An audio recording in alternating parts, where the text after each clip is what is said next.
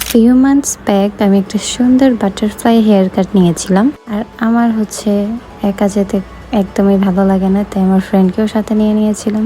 আর ও কম বেশি প্রায় hair cut করে, যার কারণে আমার ফিল হলো যে আমি যেহেতু তেমন একটা হেয়ার কাট দিই না, ওকে নিয়ে গেলে ভালো হবে। আমার আবার তেমন একটা ভালো লাগে না হেয়ার কাট দিতে, মনে হয় যে এত কষ্ট করে বড় করলাম, আবার কাটলে শেষ, একদম পিচ্ছি হয়ে যাবে। মানে আমার হেয়ার যখন কাটতেছিল আমার তো এত খারাপ লাগতেছে, আমার রিয়াকশন দেখেই বুঝতে পারবেন আমি খুবই সিরিয়াস মুডে।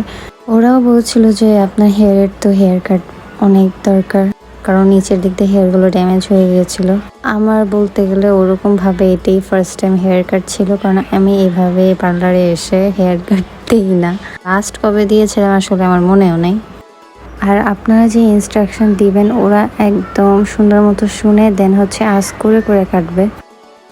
ওদের সব স্টাফদেরই বিহেভিয়ার আমার কাছে খুব ভালো লেগেছে, যার কারণে এটা আসলে আমার আর আমার ফ্রেন্ডের সেকেন্ড ভিজিট ছিল। ব্যাস আমার হেয়ার কাট ডান। আমার কাছে তো মনে হচ্ছিল তখন যে অনেক ছোট হয়ে গিয়েছে। যাই হোক, ওরা ওইভাবেই বুঝ করে কাট দিয়ে দেয় যে নিচের চুলগুলো একটু বেশি ড্যামেজ ছিল। দেন একটা ব্লো ড্রাই দিয়ে দিচ্ছিল। And here is the final look. Hair কাটটা দেওয়ার পরে হেয়ারে অনেক ভালোই ভলিউম এসেছে।